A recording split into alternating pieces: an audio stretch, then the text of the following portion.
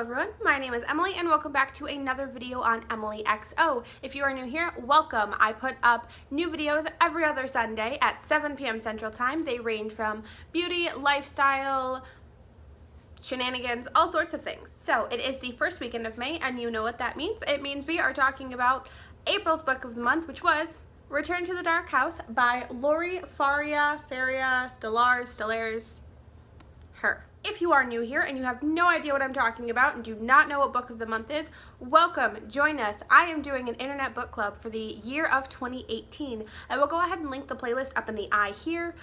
That playlist includes the introductory video, which tells you all of the books for the year, and it includes all of the reviews so far, so for January, February, and March. And of course this video will be added, so we'll throw April in there too.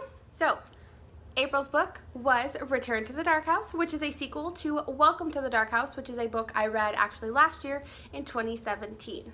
So let's go ahead and get started. With my reviews, I do try and keep them spoiler free. However, with the type of books these are, I tried coming up with like ways that I could explain this. I was making a script in my head and I just don't think it's going to be possible to be completely spoiler free. So disclaimer, warning, PSA, put it across in all bold here, there will be spoilers in this book.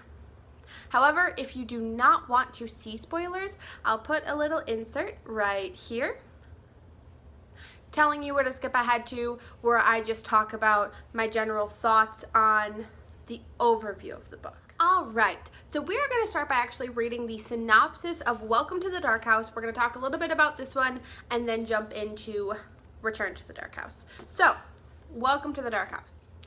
What's your worst nightmare? For Ivy Jensen, it's the eyes of a killer that haunt her nights. For Parker Bradley, it's bloodthirsty sea serpents that slither in his dreams. And for 7 essay contestants, it's their worst nightmare that win them an exclusive behind-the-scenes look at director Justin Blake's latest confidential project. Ivy doesn't even like scary movies, but she's ready to face her real-world fears. Parker's sympathetic words and perfect smile help keep Ivy's spirits up, at least for now. Not everyone is so charming, though. Horror film fanatic Garth Vader wants to stir up trouble. It's bad enough he has to stay in the middle of nowhere with this group, the girl who locks herself in her room, the know-it-all roommate, Mr. Sensitive, and the one who's too cheery for her own good. Someone has to make things interesting. Except things already are a little weird. The hostess is a serial killer lookalike, the dream-stealing nightmare elf is lurking about, and the 7th member of the group is missing. By the time Ivy and Parker realize what's really at stake, it's too late to wake up and run. Alright, so Welcome to the Dark House is a horror novel, which I enjoy horror movies, and these are actually better because there's nothing visual to scare me. It's just my own imagination. So, basically, to go into it, like I said, spoilers. So, if you don't want to see spoilers, skip ahead. Again, I'll insert the little part where you can skip to right here.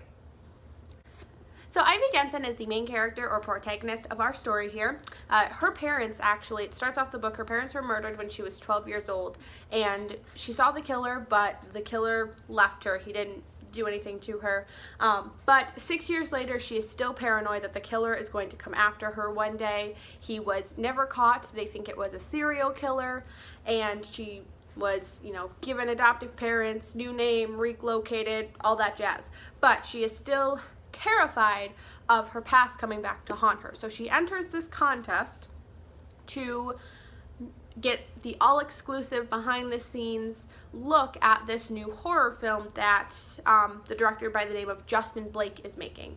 So basically, Justin Blake, it's made up, but it's a horror, he's a horror director, so he has a series of horror movies, the biggest one being the Nightmare Elf, and it gets into it about how the Nightmare Elf steals your nightmares. There's a lot of that you don't really need to worry about in the review.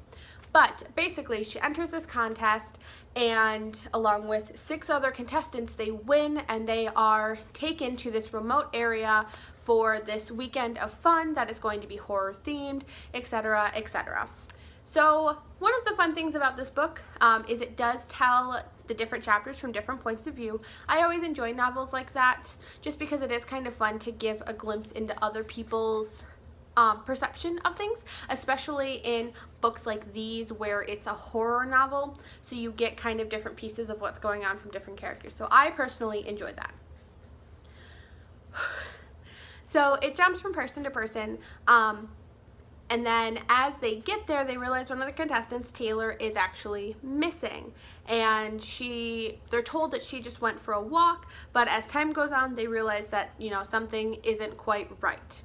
So the next day after they like first arrive at this little cottage mansion, that's very conflicting statements, but this little like bed and breakfast type thing that's been very themed. The next day they go to this amusement park, which is completely themed for Justin Blake, and they are told that they are actually going to be in his movie. But before they can make it there and meet Justin and all that, they have to face their fear. So the way to get into the contest was to write an essay about your worst nightmare, about your biggest fear, basically.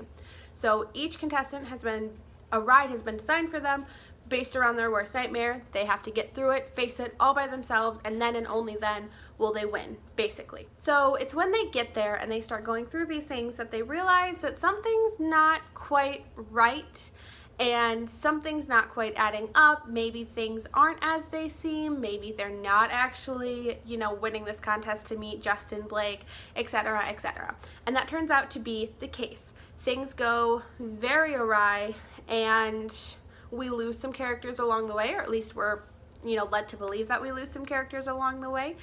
There's a romance between Ivy and Parker, so, you know, of course the romance in a horror movie or horror book is just going to add a little more tension. But at the end of it, Ivy is the only one who escapes, and she truly believes that the person who created this contest is the same person who killed her parents, and that he's finally coming after her. But of course, when she escapes and she goes and gets police, by the time they come back, everything's gone. There's no evidence of what happened at this amusement park. So that is just kind of a general overview of book 1. Of course, there's a lot more detail if you've actually read it, but we're going to go ahead and jump into book 2. Book 2, Return to the Dark House.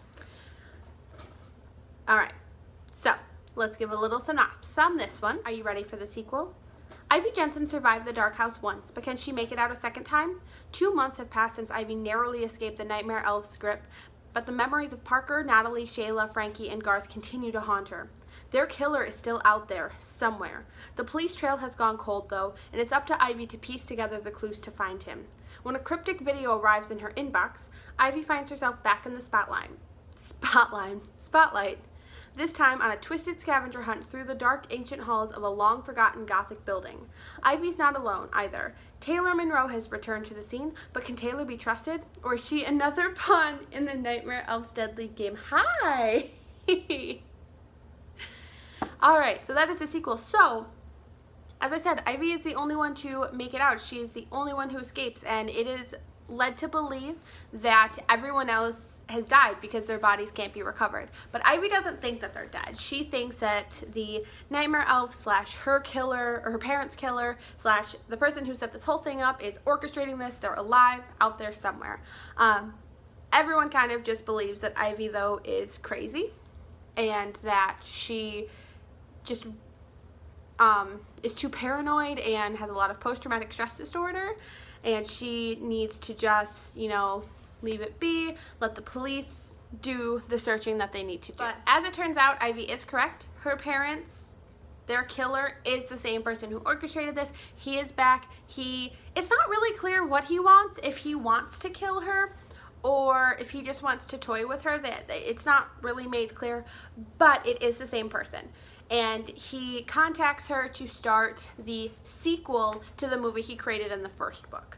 And she does meet up with Taylor Monroe, which was actually the 7th contestant who went missing in the first book. We find out that she realizes that something's up and she escapes. And that's why she was not in the first book. That's why she wasn't there at the amusement park and everything like that.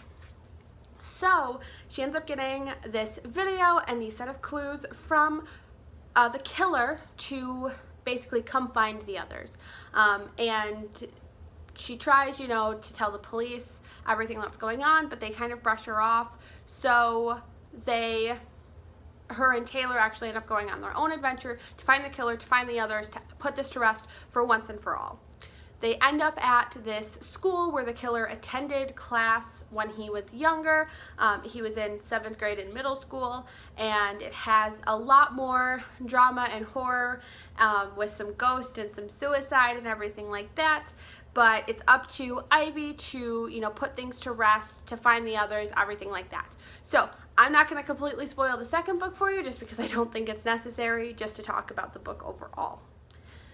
So now that we've talked about everything that happens and you kind of understand what's going on, let's actually talk about the book itself. So both of these books are definitely YA books meant for teens. That doesn't make them bad books by any means. That's just definitely the writing that they are intended for. Overall, I enjoy the books. I wouldn't say that they're like, oh my god, amazing, have to read them, best of the best. They're good books. They're horror books, and they're filled with almost every horror cliche you can imagine.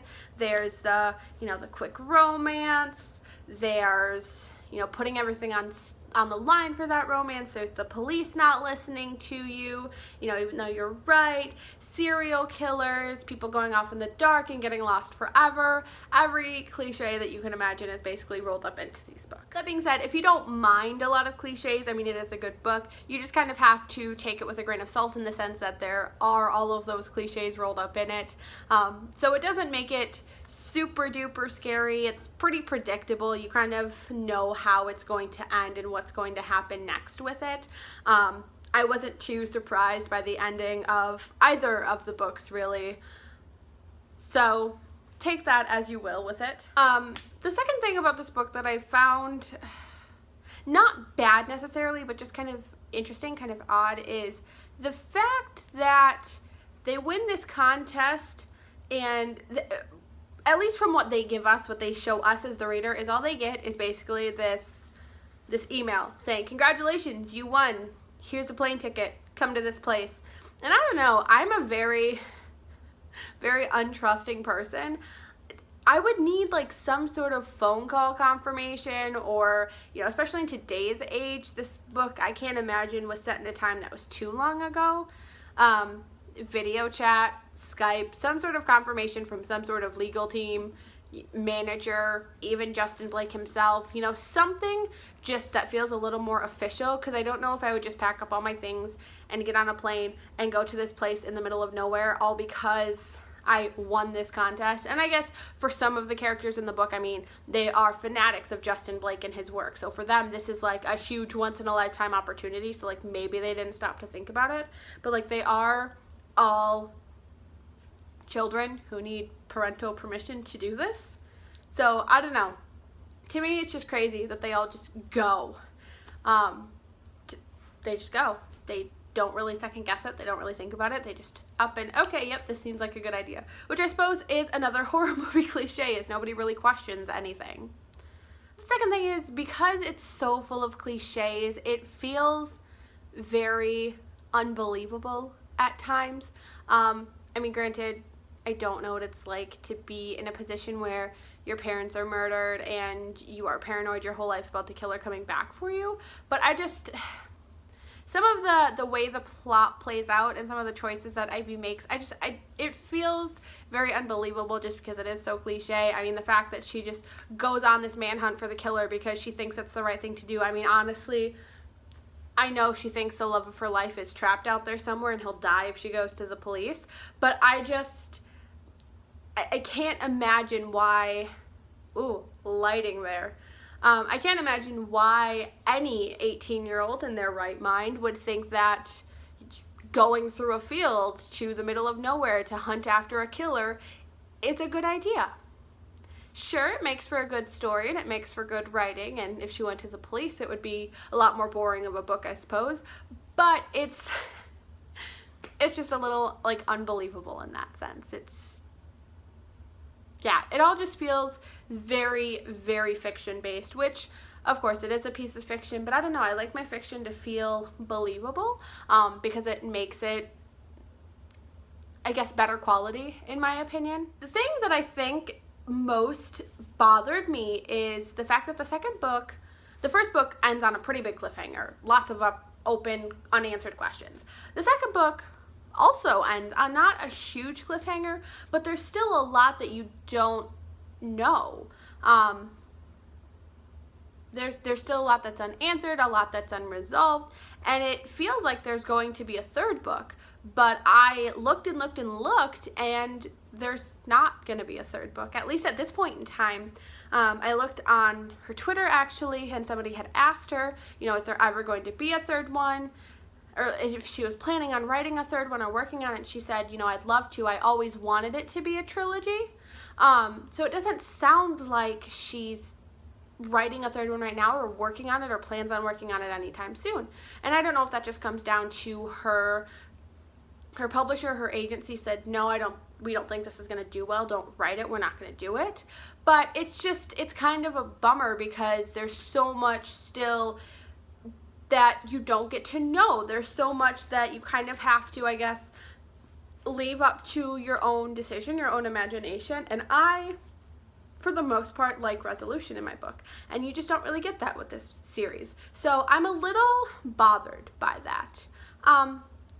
But overall, they are good books. They're a fun, like, campy teen horror novel, so I like them for that sense. So they are fun to read. They do have a good plot in the sense of your cliche horrors. No, don't run in the woods with heels on, you know, etc., things like that. So, switching.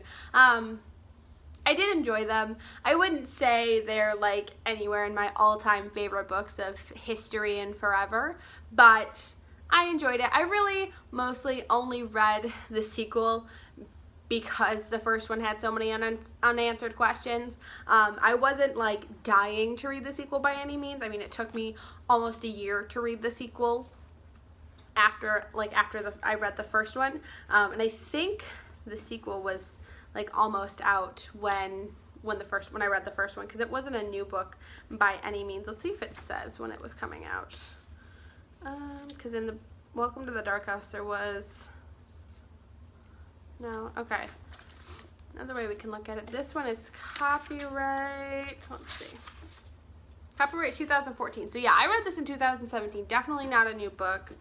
And this one is copyright 2015.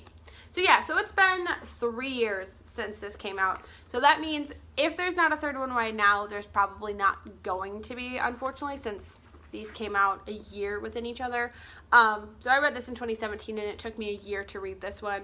So yeah, it definitely wasn't the most gripping thing. But I did enjoy them. They're not bad books if you like horror books. I don't find there's a lot of, at least from what I've seen, a lot of horror novels out there, and I do like them. So if you ever have any recommendations, please do let me know. But I think for, you know, wanting to read a horror novel, I'd give it a thumbs up. If I had to give it like a rating out of 5, I'd give it like a 3 out of 5. Should have done that with all of the books, but that's okay. I think that's really all I have to say. Problem with these videos is I just start rambling and I kind of forget where I'm going with it. I should make like a bullet list of talk about this and then transition to this and then flow into this and conclude with this. But we'll try that next month perhaps. Speaking of next month's book is All I Know Now by Carrie Hope Fletcher. This is a nonfiction book. We're going back to nonfiction just like we did for February. But this is basically an advice book. It is written by Carrie Hope Fletcher. She is a author, YouTuber, actress, all-around extraordinaire. She's one of my favorite YouTubers. I highly, highly admire her. So this has been out for a while, and I've actually owned it for a while, and for whatever reason, just never actually read it. But I'm very excited.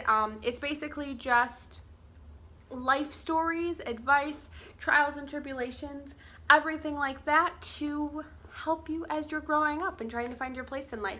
So, All I Know Now by Carrie Hope Fletcher. If you want to read along, that is going to be our book for May.